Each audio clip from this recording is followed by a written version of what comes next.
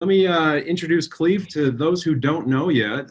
So Cleve Gaddis, as you can see on the screen here, master coach with Workman Success Systems and the managing partner broker of Gaddis Group.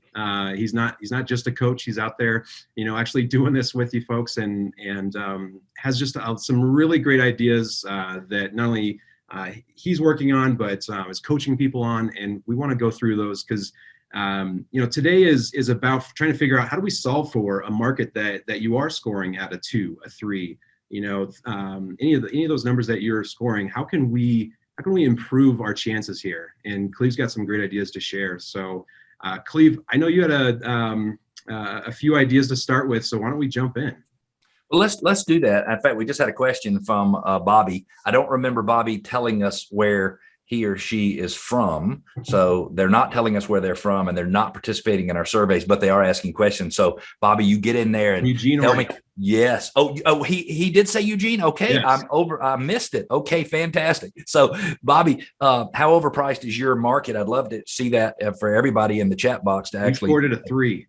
But that he did. Okay. Well, dang, I'm accusing him of not participating, and he's participating in everything. That's off to a wonderful start here, Cleve. That is totally my bad. Well, in my defense, I have to pay attention to you and the chat box. And I thought Cody's job was to help keep me straight on the chat box.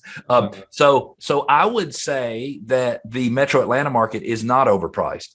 If there were more supply, it would probably be overpriced. So as long as supply is not adequate for demand, then it's hard to say that a market is really overpriced. But as soon as that supply and demand equation starts to change, and in Atlanta, for example, it is starting to change significantly, and I'll give you some examples of that, then ultimately, certainly prices will stop growing at this exponential rate. So any of the other attendees, if you want to chat and talk about how overpriced your market is, please do. But I want to go ahead and jump into some content, and Jacob, you can ask me whatever questions you want to. The title of this is Out of Stock, and what an appropriate way to look at the inventory situation in the U.S., especially for the last 7 or 8 months. I don't think anybody out there really understood what we might be dealing with in 2021. I think most of us, if you're like me, at the end of 2020, you really couldn't even believe that you were sort of still in business and making money, and the market was going as well as it did, because on March the 12th of last year, I think it was March the 12th, I was in Toronto working with a client when they said, hey, we're going to shut down travel back and forth. They couldn't get me out of there fast enough to get me home. And for the next couple of weeks, I kept thinking, oh my gosh, well, I've always wondered how my real estate career would end. And I guess this is it, meaning I didn't know that it was going to be a pandemic that would cause it. And if you're listening and you can sort of relate to that way of thinking, oh my gosh, this is going to be the end of me. I think it's a very common thing for people who are real estate sales professionals. We tend to be a little more emotional. We're wired up differently than most people. And if we're not, we have a hard time selling. But right now, your agents are frustrated. So if you're an agent or you're a managing broker, you're having buyer fatigue, you're having buyer agent fatigue. They're just getting worn out because what they used to do 1 of in order to get a deal, they now have to do 8 of or 9 of. So they're making 8 or 9 offers before they can get a deal done, which means technically they're doing, 8 or 9 times the work that they used to do. And so it makes sense that they would be frustrated. Now, I want to warn everybody in advance, Jacob, that the concepts you're going to hear today, you've heard most of them before. And so your default position is going to be to say, oh, I know that. And so what I would encourage you to do when I bring something up and you say, yes, I know that, I want you to translate that into, but do I do that? Because see, Jacob, I know how to be a good father. I know how to be a good husband. I know how to be a good brother or sister. I know how to be a good uncle. I know how to be a good business person, but it doesn't mean I do all of the things I'm supposed to do. Yeah. Know what I'm supposed to do. And most of us really understand that. And if your default position when I say something is, boom, I'm doing that, and it's really fast, I can almost assure you, and I hate to sit in judgment of you as a third party, not even knowing you, but if you very quickly say, I know that, duh, you probably don't do it. So keep your mind open and listen to some of these suggestions. And Cleve, I want to Yes, challenge all of us to think one step beyond that. Not just do I do it, but how do I do it? Am I doing it at the level that I know I could be, right? Because I mean, no matter whether you're selling real estate every day or running marketing or whatever it might be, right? I mean, if we can all say, I know what I should be doing, and then just checking the box isn't enough, right? You've got to know, am I doing this at my highest level? And we got to do that in our personal lives as well. If we got a spiritual life or whatever it is, we need to understand what it is we're supposed to be doing. And I'd like to take that even one step further. Ooh, and that is, what is the process I use to do that? And where is that process written down? Love it. Where is it? So for example, yes.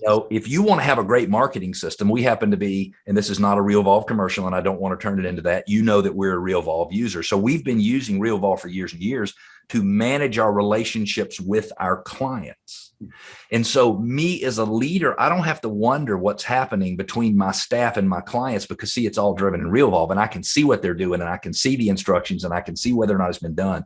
And so if you're going to change what you're doing, make sure you have that process outlined, but make sure you have it somewhere, because when you think about it, the action plans, or in your case with Realvolve, they're called workflows. I just use action plans because it's a little more common terminology for what we do. Mm-hmm. But if I go on a listing appointment, and I want you to think about this, or if I'm working with a buyer, if I have a process clearly defined in my CRM to manage that relationship and to manage the experience that the client gets from now to closing, then it changes what I sell.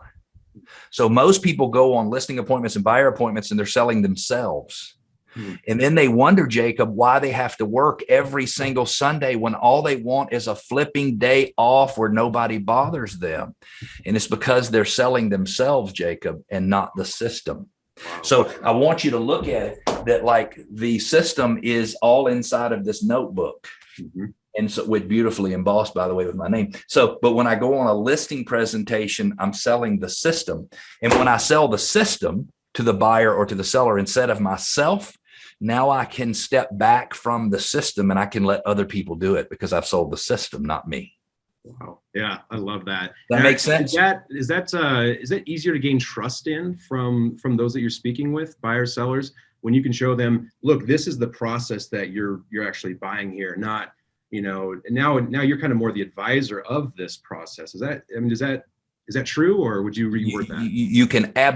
You can totally earn someone's trust. And so the way you say it, or the way I have found people do it that is really, really effective when they're face to face with someone, is they say, hey, just so you know, and I've seen people or heard people use, have you ever heard of a 6 Sigma quality control system? It's a system that makes sure there's quality in every step of the process. Well, we have sort of a 6 Sigma quality control process in place, and let's look at it from the buyer side. So when you go under contract, everything that's supposed to happen is going to happen. So what's supposed to happen on day 1 happens, 2, 3, 4, day 8, day 10, day 27, right before closing. It's all pre-orchestrated. Let me show you what that looks like. And that is very, very effective for a consumer. They absolutely love that. Now, big problem. Once you show them what you're going to do, then you got to do it. And in most cases, especially like in a low inventory market, we're not doing a lot of extra stuff as real estate professionals. We're doing what we need to do to get the deal closed. And if you're listening to me and I'm insulting you based on what I'm saying, I don't mean that. I'm not judging you at all personally. But I know based on market forces, we will do more or less. And in most cases, real estate professionals try to get by with as little as they can. And I'm a real estate professional, and I know I'm speaking disparagingly of my profession, and I don't mean it that way. I'm just saying we can do better. And the consumer of the future expects specialization in their services, meaning, Jacob, if you're not capable of helping a client understand how to negotiate a deal, they need to be dealing with somebody who can help them understand that. So you need the specialization, and they're going to expect a high level of service. And I asked somebody the other day to define a high level of service, and they defined it as giving them what they want before they know they want it. I like that. Now that changes everything around. So I saw somebody the other day who had the coolest thing. They put buyers under contract, and they want buyers to know the geographic area around the house. Now you would think, well, a buyer is going to know it anyway, but as part of their closing process, they send them a Google aerial map that shows a 10-mile radius around the house. And the email says, hey, If you look at this map and you don't know everything that you're looking at, like if you see a big hole in the ground, or you see a big pile of rocks, or you see dead bodies piled up somewhere, I mean, like, ask me this, and I'm being facetious, I'm being funny about the last one, but ask me about it. And they had people who were buying homes next to a granite quarry in the state of Georgia. Okay. And those people had no idea that they blasted every Thursday at 1 o'clock. Boom. But when they saw the big hole in the ground, it gave them an opportunity to ask questions. So the stepping up that service is all about, what are we doing to help them understand everything they need to understand before they go to closing, or before they close escrow. And that's when you escape the transaction, right? And you've really become an advisor. That's exactly right. And I don't know about you, but you know, somebody chauffeur me around and show me houses. I like that. And I'd love to have somebody that I'm interested in dealing with. I don't think that's very high value. Somebody who looks at the transaction like a lawyer or like an accountant and is giving me the best advice possible, not telling me what decisions I need to make. I'm a grown man. I'm 53 years old. I can make my own decisions, and I make some good ones and I make some bad ones, but I'm an adult. I'm gonna make my own decisions. Yeah. But I would love somebody to keep me fully informed so I know what my options are. Yeah, absolutely. So let's jump right into the low inventory stuff. The first concept, and I think there's 12 or 14 left that we're going to talk about today, and we'll try to go through them fairly quickly. I'll also, by the way, for any of you who have any questions, you can write this down. My email address is Cleve, CLEVE, @workmansuccess.com. When you send something to there, it'll come straight to me. If I don't answer you right away, I promise you I will get to you, unless you're Jacob. If Jacob sends me an email, I'm going to ignore it, like I did his email about how to get on the webinar. But I saw you set up that filter and just send me sorry. But if you have questions, or something doesn't make sense, or you want a tool or a resource, just reach out to me. If I respond by copying your email and sending it to somebody else and asking them to help, don't think I'm being rude. I'm just trying to find the fastest way to help you. And we've got a lot of good support staff in Salt Lake City. For those who don't know, Workman Success Systems is probably the premier team coaching company in the United States. Mm-hmm. We have an amazing percentage of the biggest biggest teams in all different brands, every brand you can think of. So we're not brand specific. And so if you ever want to do some exploring to see whether or not having a coach might help you grow your business. And the reason I am a Workman coach, Jacob, is because I hired Verl Workman as my coach back in 2011. And in 2014, I started working with him. So let's get to the first concept. And concept number one is the buyer's agent must lead the search. So let's just say you have a FirePoint website, and that system is set up so that it's sending listings to a buyer. Yep. So what? So if you do that, I say, so what? And you need to think that so many buyer's agents let their listing e-alert or their automated system do all the work. It's not going to work. And so I want to give you guys, all of you, 2 words to use. And these words are magic. It'll remind you of what you need to be talking about. So Jacob, you're my buyer. Okay. Mm-hmm. I've got you set up on an automated search. You want to live in Duluth. You're on my FirePoint site. You want to be between 450 and 500. The system is sending you listings. Okay. Never will I let you get listings from the system without me commenting on 2 things on at least one of those listings.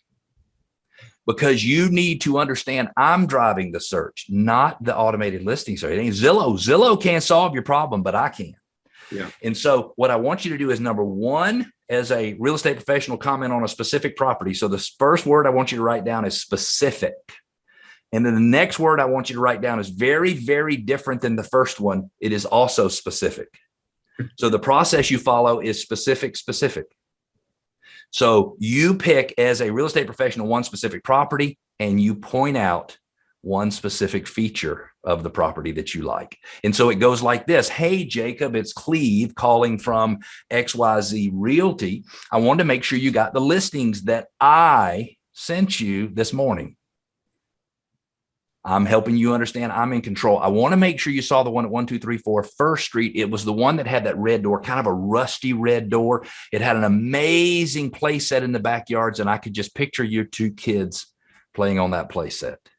I think we ought to go take a look at it. Even if it doesn't fit exactly what you're looking for, let's go take a look at it. Do you have time available this afternoon? A buyer's agent must drive that process. You have to get people out and you have to get them looking at different inventory.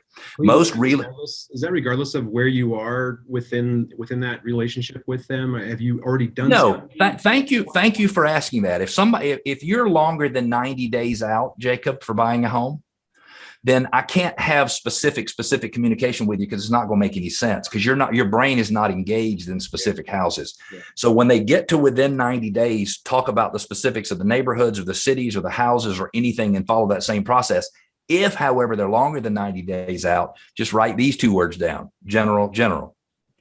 So you're going to give general communication about general market data. Here's what's happening with interest rates. Here's what's happening in your area. Here's what happens with the foreclosure moratorium. Here's what happens with the eviction moratorium. You're just educating people on what's going on in the world around them. And if you use your CRM to drive the appropriate levels of communication with somebody, which, for example, there is no reason for you not to communicate with everybody in your database every 30 days. And if you're not communicating with them every 30 days, my suggestion is you need a different CRM. You need to have a different process for actually doing that.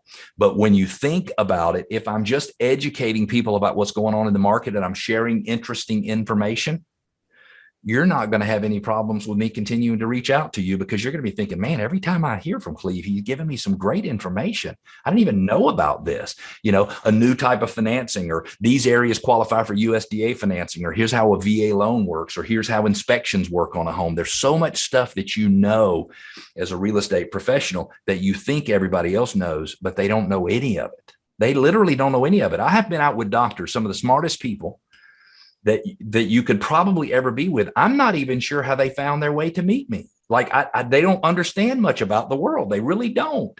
And so they need us as real estate professionals to help them. Okay, let's jump into the second concept if you're good with this. And the next 3 topics are all the same. So the next 3 tips I'm going to give you are all the same. We're going to put them together in the end. You have to gather criteria specifically, but search generally. So if you were coming to Atlanta, you were looking for 450 to 500 in the city of Duluth, I would actually search from 350 up to 550 or 300 up to 600. Okay. And I would put in only the geographic area and the price. I would put in nothing else. No bedrooms, no bathrooms, no basements, no yards, no fences, no bidets, no nothing. I wouldn't put it in there. And so because the reality is, if I'm going to help you, Jacob, find a home today, it's just as important that I help you know what doesn't work for you as it is that I help you know what does work. And so, am I understanding you correctly that this is a starting point that you're going to start to whittle away at over time, or do you stay this general and in your communications you're whittling away? In today's world, throughout the entire process until I put you under contract, I'm going to make sure that you see listings that don't match your search criteria, but are in your geographic area and in your price range. Okay. Because you think as a buyer, you know what you want. Have you ever heard the phrase buyers are liars? Yes. It doesn't mean they're liars. It means they don't know enough about to tell you what they're really looking for. So I'm guilty of that. When we bought our house, I'll fully admit it was in an area that we were saying no to, and then we ended up buying it. So you just proved my point. You just proved my point. But if I say to you, Jacob, I'm going to send you stuff that doesn't meet your criteria, open your eyes, look at them, let's absorb them, let's figure them out. It's okay if the answer is no, but inventory is so tight, I have to make sure you're seeing everything. I've lived in 3 houses in my life as a primary residence, and only 3. I was only going to have one feature in all 3 of those homes. The one I bought in 1992, the one I bought in 1996, and the one I bought in 1999. Only one feature. I wanted a 3-car garage. Now I would like you to guess how many homes I've lived in with a 3-car garage. Is it 3? It's 0.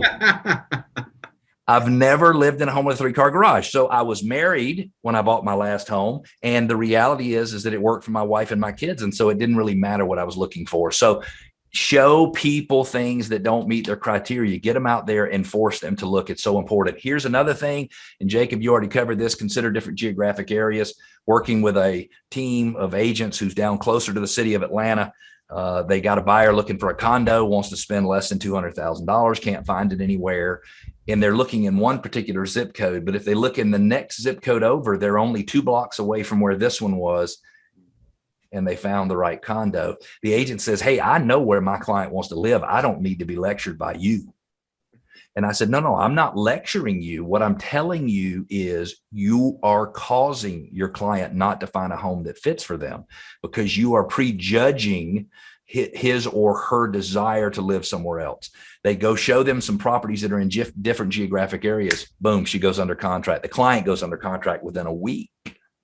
It's so true. I mean, I lived it, right? I mean, when we were not considering the area that we bought in, and then when we walked the house, we said, we've got to have this.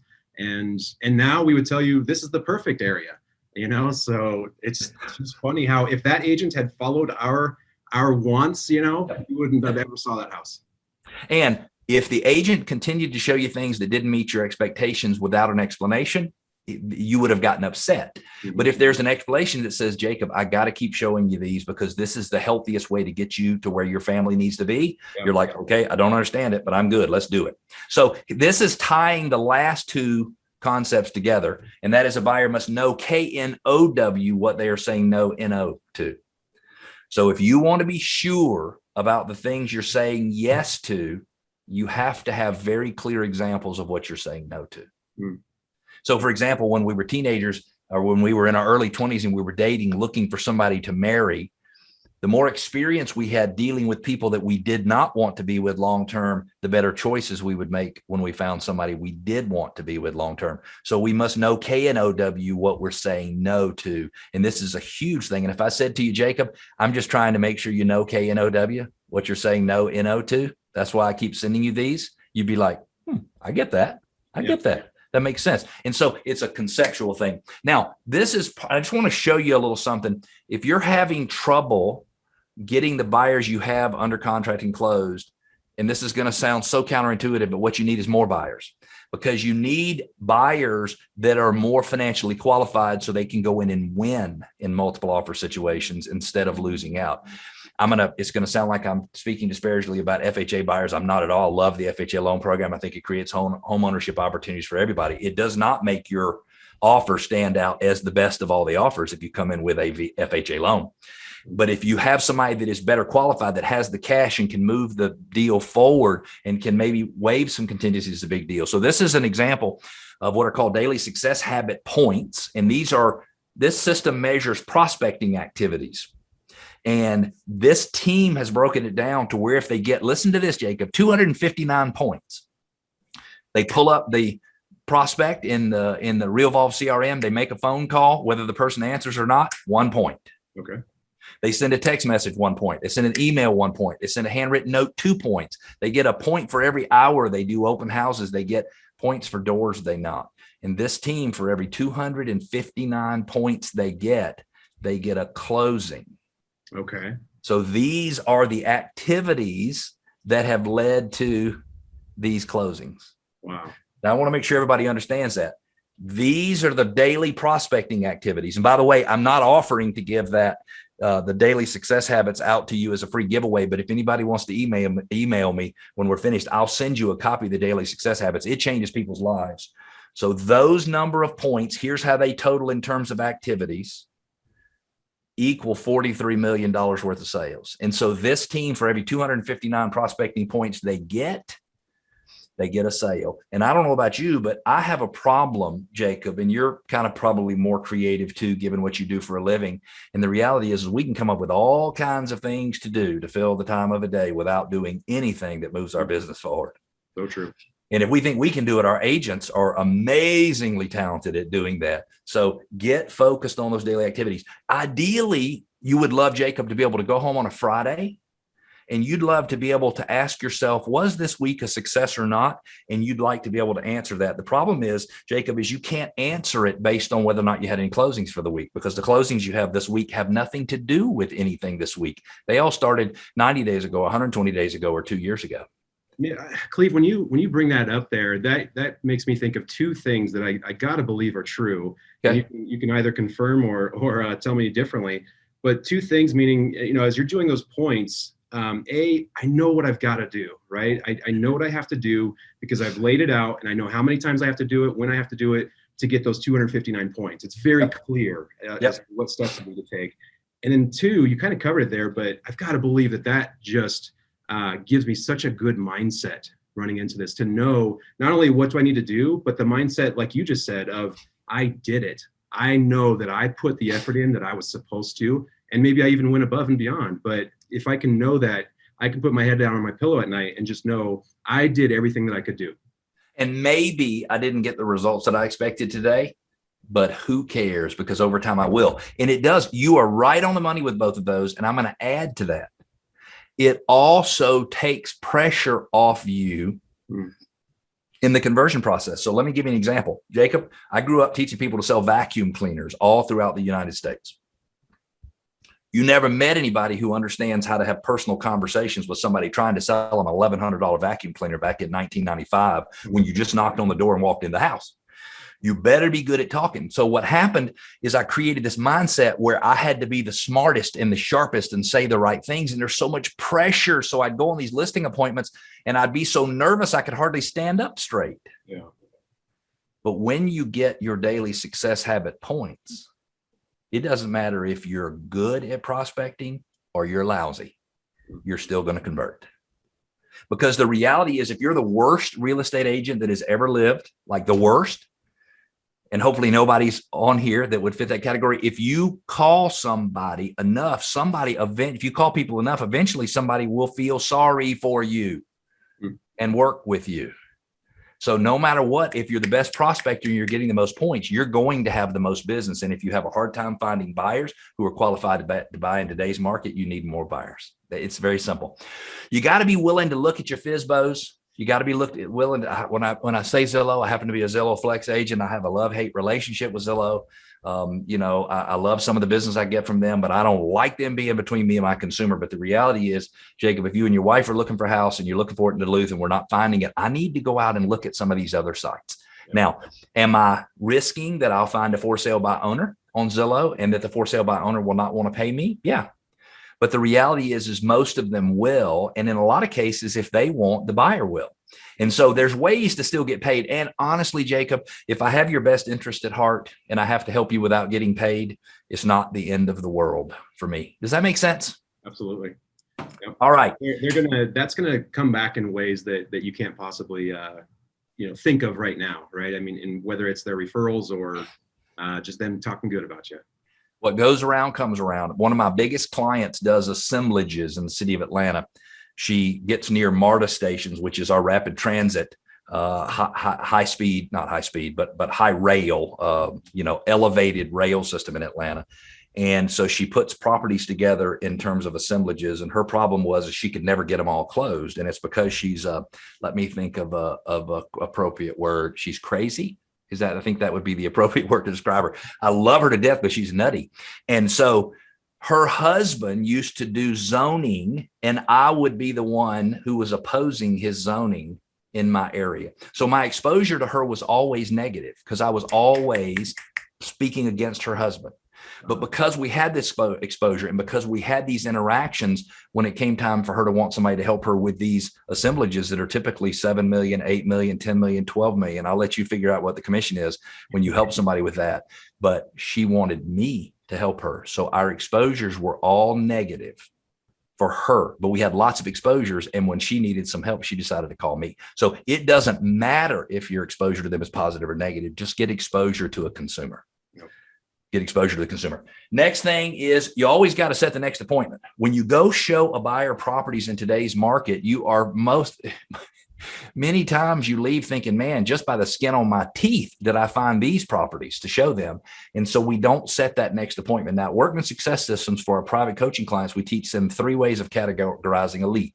You can put it into any other categories, but here's what they mean. An A, Jacob, is someone who's ready to buy or sell now, and you always have an appointment with them, which means you and your wife come to or your significant other come to Duluth, you're looking for a property. I say to you, hey, we're going to look at properties today. If I don't set another appointment to show you properties next week or whenever it is, then you go from being an A to a B.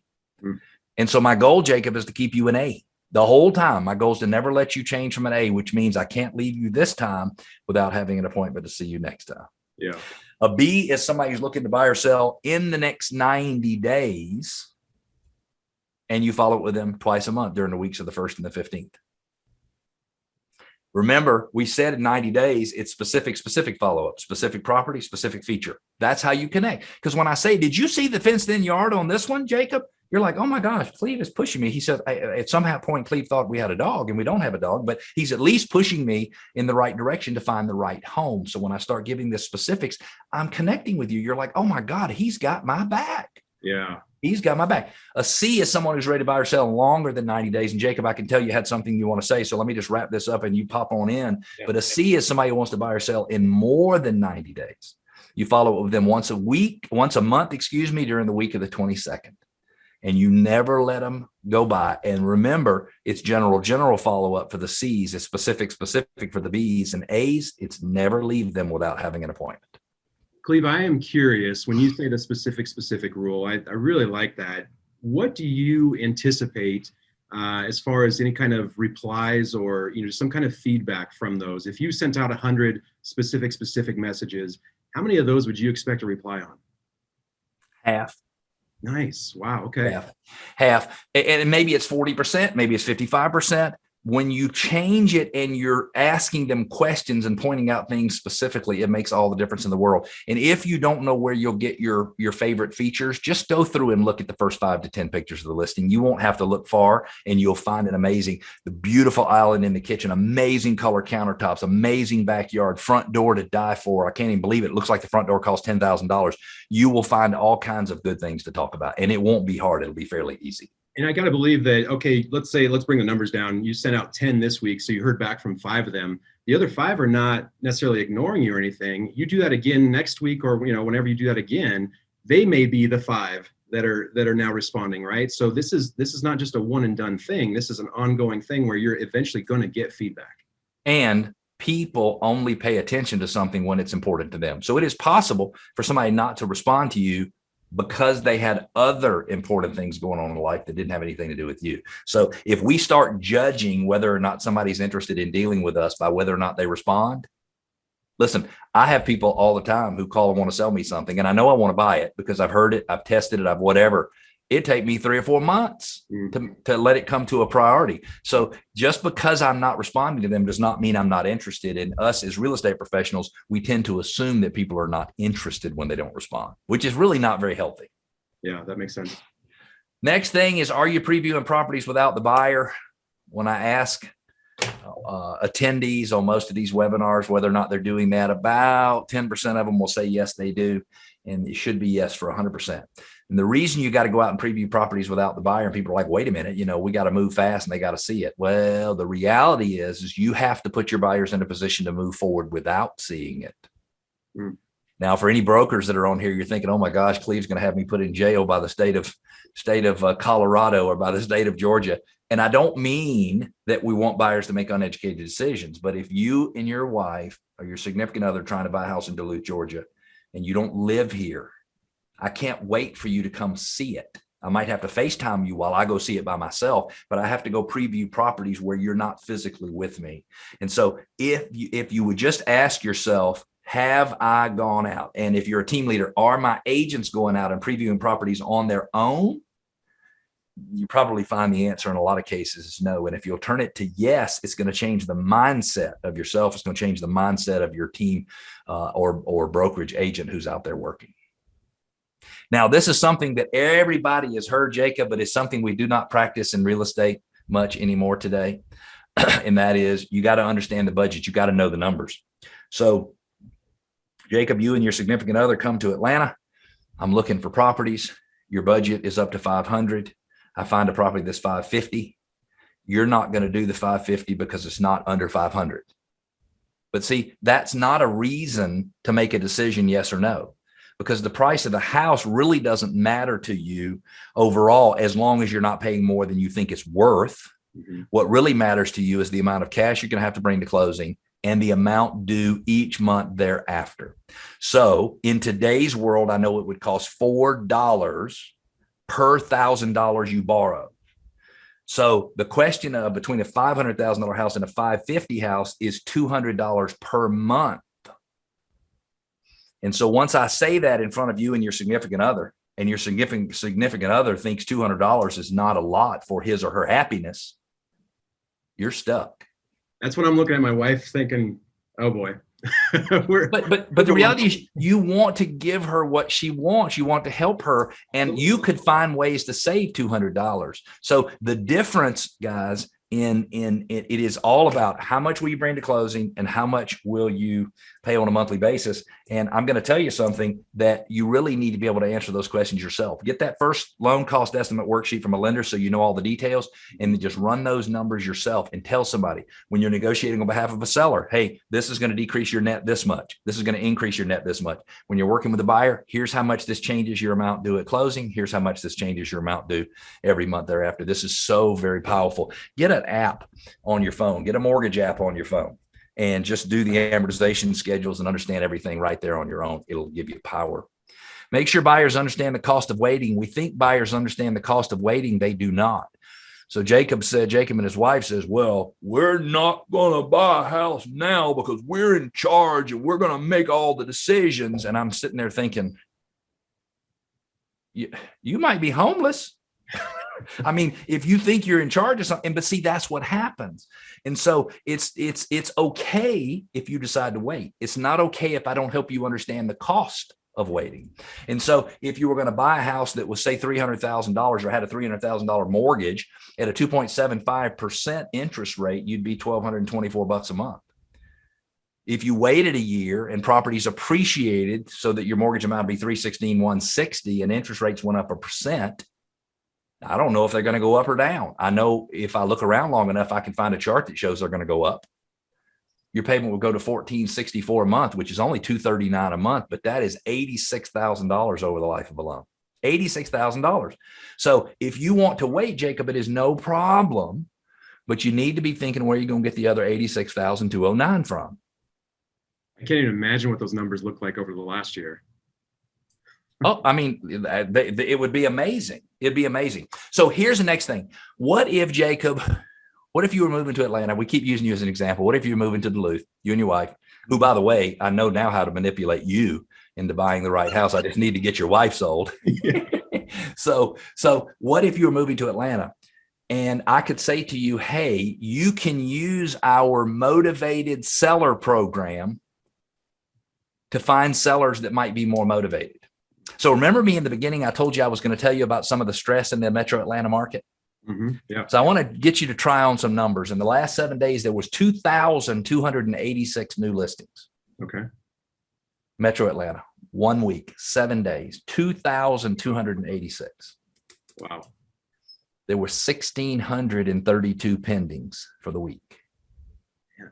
Okay. Can you hear more inventory coming to the market? Mm-hmm. So the reality is that you can help people identify sellers who might be more motivated. Now listen to this. Yeah. In the last 7 days, 957 home sellers reduced their price, not changed it, reduced it. Wow. Okay. So if I had you set up new listings, 2,200 new listings, 1,600 new pendings, almost 1,000 sellers reduced their price. Okay. So don't tell me there's not any stress in that market. And people say, my market's not that way. It's always that way. When we go into the listing service and look, there's always stress in the market. There's people are overpriced. As I think it was Bill said earlier, I mean, the stuff people are trying to charge big money for is crappy today. So identify properties that have been on the market for longer than the market average days on the market. In Atlanta, we identify anything that's been on the market more than 23 days. Once it gets past 23, which is the average days on the market, we believe a seller gets more motivated. Anybody that makes a price adjustment, I should show you anything in the Duluth area that is within your geographic area, that is within your budget, anything that has a price adjustment. If you say, Cleve, I only want a 2-story traditional, I should show you every contemporary home that has a price reduction. Because I'm showing you, hey, right here, here's a seller that is raising their hand to the world and saying, I could be a little more motivated than I was last week. And it'd be nice to know, hey, these are the people that might be more likely to be motivated. You also want to focus on expired and withdrawn listings. And I'm going to go ahead and cover another slide that's coming up a little bit later. And that is, don't focus just on the expireds and withdrawns from today. Focus on it. Now, in some areas, you can't call expired listings until you have authorization. So respect whatever rules you have. But go back and look for people who had listings that expired last year and the year before and the year before, because in some cases, their house is probably worth today what they thought it was worth back then. So they might be able to sell it. You're doing this, and like you said, someone's looking for a two-story traditional, and you're sending them the contemporary and all that. Are you looking for those no's to continue to help you refine, or are you looking to see, hey, are they a little more motivated on getting a good deal? What are you learning in that process? I'm just looking to continue to drive the process and continue to feed you information. In many cases, I have to apologize for what I'm sending you because it doesn't match, but you might lose interest in the process of trying to buy a home in today's market, and I have to have enough interest for both of us. Got it. Does that make sense? Absolutely. And I just want something to do, because Jacob, in today's world, a lot of agents, they just kind of get feeling sorry for themselves. And by the way, I don't blame them. Mm-hmm. Like, I don't blame them for feeling sorry for that. I every once in a while, I feel sorry for myself. The problem is I don't see how that helps. Yeah. I don't see how that helps. It doesn't. So you and your wife are having issues, and she blames you for something, and you go around all day feeling sorry for yourself. I can tell you right now that situation's not going to get any better. Mm-hmm. If you say, what's my part, and what part of what she's saying is true, and how can I change my behavior, you have the ability to make some changes, and it is huge. It is huge. And so that's what we're talking about. We're just talking about it from a professional standpoint. Yep. If you're not part of the solution, then you must be part of the problem. If you're not part of the solution to finding a home, you're not really causing the inventory problem, but you might be letting your consumer think something that they shouldn't be thinking. Yep. You got to have a written process for winning in multiple offer situations. I have a coaching client, a private coaching client I've been working with for years and years, huge business, probably do $80 million this year, Jacob. And they have a low inventory buyer survival guide. So when new leads come in, they offer them the How to Survive in Low Inventory guide, which teaches them how to win in multiple offer situations. And it's a 14-point program, boom, boom, boom, boom, boom, boom, and you will win. And I sometimes show it to agents, and agents say, yeah, but not everybody can do that. And I say, yes, but if they could, it would work for them too. And so just because somebody's not capable of doing it doesn't mean that we as agents shouldn't help them understand what they need to do. If you and your wife are moving to Duluth, Georgia, and I cannot find you a home, that's not going to change where I sleep. I'm going to go to Kennebec Way. I'm going to go to sleep tonight in the same house I've been for 20 years. But you're not. You're going to feel unsettled. You're going to feel less than able to take care of your responsibilities as a head of household, or as a partner in that household. And so if you can't find somebody a home, it's way worse for them than it is for you. But in many cases, we forget it and we start feeling sorry for ourselves. Well, that's the advisor role, right? I mean, if I'm that buyer, I need to know what are successful buyers doing. Because maybe I can't do every point of that right now, but if I know what they're doing, maybe there's something I can change to be able to do it. So I got a call from a couple who I do a radio show here in Atlanta. If anybody's listening and you're interested at all in hearing the radio show, you can sign up for my podcast. They're available on every major podcasting platform. Just search by my name, Cleve Gaddis. But we had a radio caller call in, and the radio caller says, I'm going to sue my agent. Mm-hmm. And so I said, well, let's talk more about the situation. And it turns out he's a lawyer. And she's a lawyer. He's a lawyer. She's a professor, a law professor. That's not a good combination. And I said, well, I don't really think you can sue your agent because they didn't give you good advice. I don't think that's the way it works in Georgia. And so what happened is he tried to buy a house. Now, listen, I want you to pay close attention to this because this is mind blowing. He tried to buy a house. He got beat out by another buyer. He works for a company that makes big heating and air conditioning equipment. He works in a big warehouse in Atlanta. And so he was in the break room talking to someone. In that conversation with that person, he realizes that that's the person who's beat him out of the offer for that house. One of his coworkers. Uh-huh. And so the coworker proceeds to tell him what the agent had prepped them and told them to do to win. And this guy was livid that he was not given the opportunity to do that. Now, he decided he wanted to work with one of my agents. We taught him exactly what he needed to do in order to win. He lost out on 2 or 3 homes still, but boom, within 2 or 3 weeks, he had his home.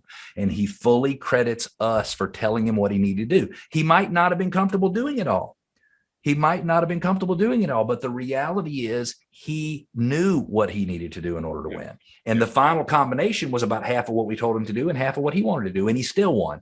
So you got to do that. You need to have a way for teaching people to win in multiple offer situations. In fact, if I were you, I would get a copy of something or write something out that's your process for winning in multiple offer situations and offer it to people on social media. Say, hey, if you feel like you're being locked out in the world and you want my 12 strategies for winning in multiple offer situations, let me know. Wonderful lead generation program. You can't buy a lead that good.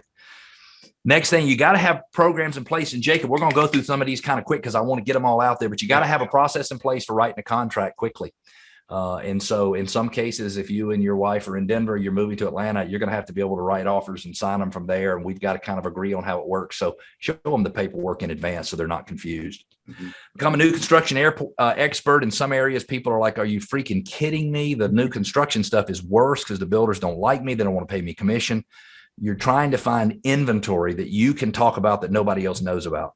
And so if you go to the new construction subdivisions, you understand what's coming out of the ground in the next 6 months, it gives you different things to advertise. And so when you can advertise that you have properties available for sale that other people don't know anything about, that is a big deal. So that's why you want to become a new construction expert. Past clients and Sphere. Jacob, if you and I had worked together and we had been successful before, and I give you suggestions on how to be successful again, you're going to take them hook, line, and sinker. You're not even going to question them. It depends if you bought the house that I was trying to buy, but that's exactly right. But my point is if you, no. If I helped you as your real estate professional, which I hope I wouldn't buy that house that you were trying to buy. But my point is that our past clients in our Sphere, people who already know and love and trust us, they will follow our advice. People who met us yesterday on Zillow, they don't necessarily trust our advice. So if you're having problems closing in today's world, I will tell you that at least 45% of your business, not a whole lot more than that, but at least 45% of your business every year needs to come from past clients in Sphere. If it's 100%, your business is going to get smaller every year because 15% of your database goes away.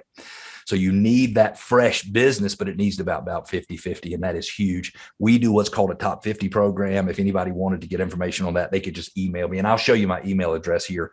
Again, at the end, I'll be happy to send you a copy of the program.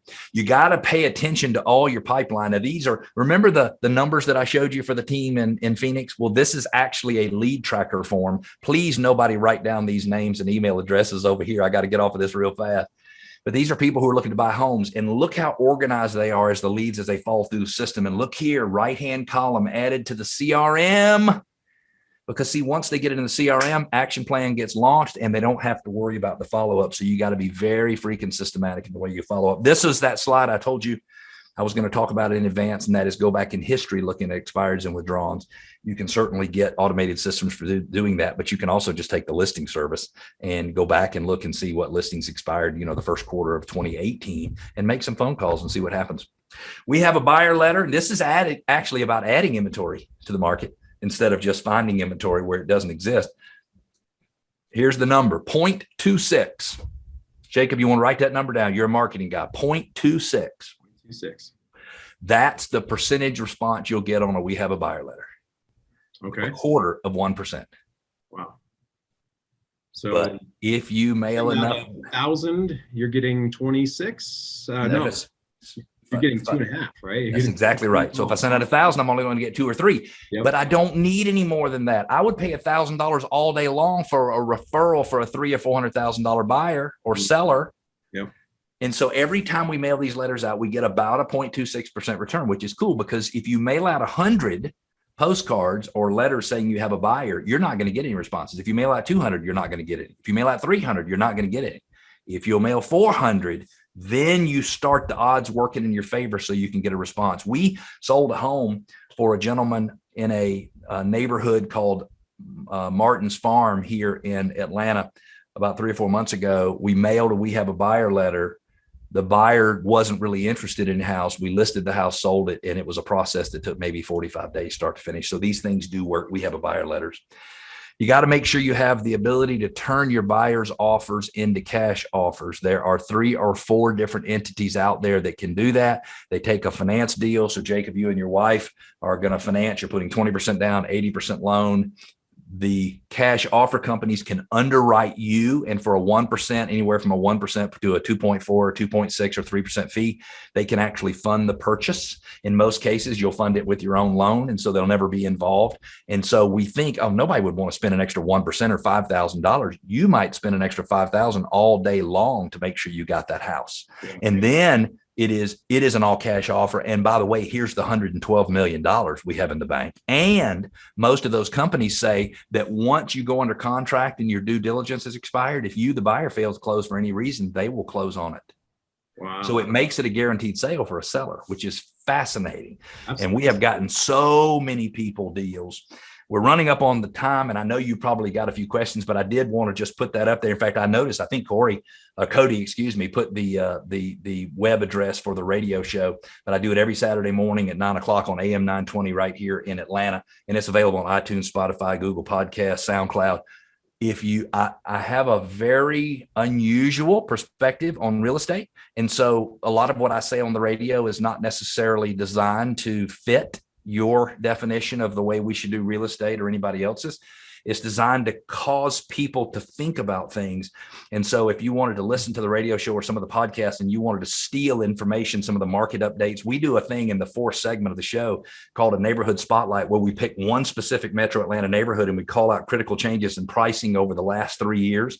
And we help you understand as a seller whether or not you have an advantage in that market. And it is by far one of our most popular segments. We get tons of interactions. And then we take those podcasts and we take those video clips and we actually promote them on social media just in that geographic area. And it is amazing how many people will watch them. Amazing.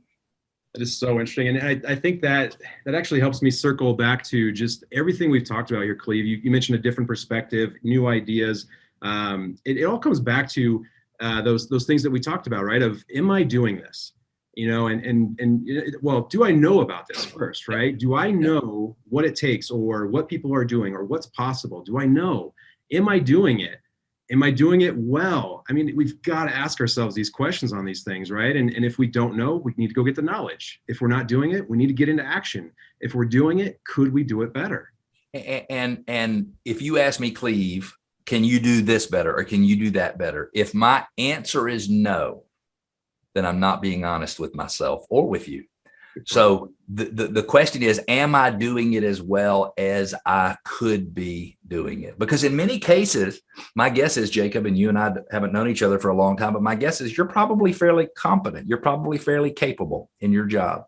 But if I came and watched you, I would notice all kinds of areas for improvement. And I'd notice you cutting this corner or not being focused on this, or you delaying getting started with the project. It's human nature. And if you came to Atlanta and you followed me around for a couple of days, you'd say, well, that's interesting. Cleve's not nearly as good as I thought he was, because that's human nature. It's just the way it works. And everybody needs to understand that. And it's healthy. It's okay. Yeah, those fresh eyes can help us in so many ways. So, I mean, that brings back to, just the coaching. If anyone here is just hearing these ideas, hearing just even the mindset, the methodology. I mean, Workman Success Systems, we've got a great partnership with them. And I would challenge you to at least go have a phone call, have a conversation with them. I guarantee you they're going to open your eyes on something, at least one.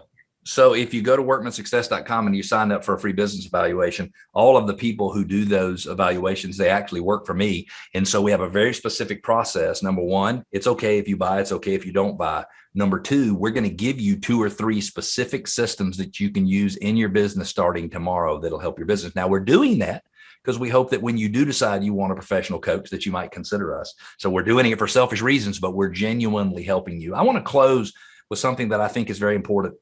And I have an agent who's worked on my team 10 or 11 years, Jacob, a long time. I should know, by the way. I'm embarrassed. If she's listening, I apologize, Debbie, for not remembering. And Debbie Liggett loves to ride horses. She loves horses, and she loves to travel around the world to ride her horses. The problem is every time she would travel to ride her horses, Jacob, all she could think about was all the crap that she needed to remember to do when she got back home, and all of the crap that she forgot to do before she left. And she never committed to using our CRM the way it was supposed to be used. And about 2 years ago, Jacob, she decided that she was going to turn over a new leaf, and she was going to do her CRM activity. She was going to put everybody in the CRM. She was going to categorize them correctly. She was going to record all the communication she had back and forth with those people. She was going to make sure everybody had an upcoming to-do item, but no outstanding to-do items. She was going to make sure everybody was set up on an e-alert, and that she understood what they were looking at and communicated with them accordingly. During the pandemic last year, she made more money than she's ever made in her life. Now, she couldn't go horseback riding because there was no countries that would let her in. But this year, she's going to make an additional 20 or 30% more than she made last year. And she has gone away several weeks already this year, and she will be gone 4 full weeks this year. The reality is, you're not here, Jacob, because you just want to be a better business person. You're here because you need to be here in order to provide for your family and to have the things that you want in your personal life. And if you could figure out a way to do that, my guess is you would not be here today. And if I could figure out a way to do that myself, my guess is when I had the invitation to do this, I would have said no, because I just soon go spend time with my daughters. But in order for me to give them the lifestyle I want, in order for me to have the free time that I want, in order for Debbie to be able to ride horsebacks on the mountains in Spain, taking pictures and sending them back to the US, which is what she loves to do because she's trying to rub it in my face that she's getting to do something that I'm not getting to do. You have to be very disciplined. And that discipline can only start in one place if you're a real estate professional. It starts with your CRM, period. There is no other way to do that. Because if not, you're trying to remember stuff that you just can't remember. So hopefully, if you're listening and it's not something that you are accustomed to, is really having a good CRM and a good robust process, do it. And Realvolve is a great company to look at. I'm not saying you need to use Realvolve. I'm just saying Realvolve and FirePoint are a great company to look at. I appreciate that, Cleve, and appreciate everything you shared today, all the knowledge and expertise. And, for anyone out there, Cody was kind enough to put in a couple links there for you. If you are interested in taking a look at Realvolve, there's just so much to explore there with the workflows or action plans, as Cleve mentioned. And there's a lot there that so many folks are not clear on what a workflow can do, what it can automate for them, what it can take out of their brain, like it did for Debbie. So go to realvolve.com/demo. You can sign up for a demo there. If you want to even start a 14-day trial, no credit card required there. You can start a trial and just kind of see what it's all about. But so if they conversation about it, and as Cleve said, no is a perfectly fine answer. If it's not for you, that's okay. But let's at least get the information. And if they get a prospect that closes in the first 14 days, you let them keep all the commission. Yeah. Thanks, Jacob. We've kept them on longer than we were supposed to. I thoroughly have enjoyed being with you today, and I hope we get to do this again soon. Same here, Cleve. I appreciate you. Have a great one.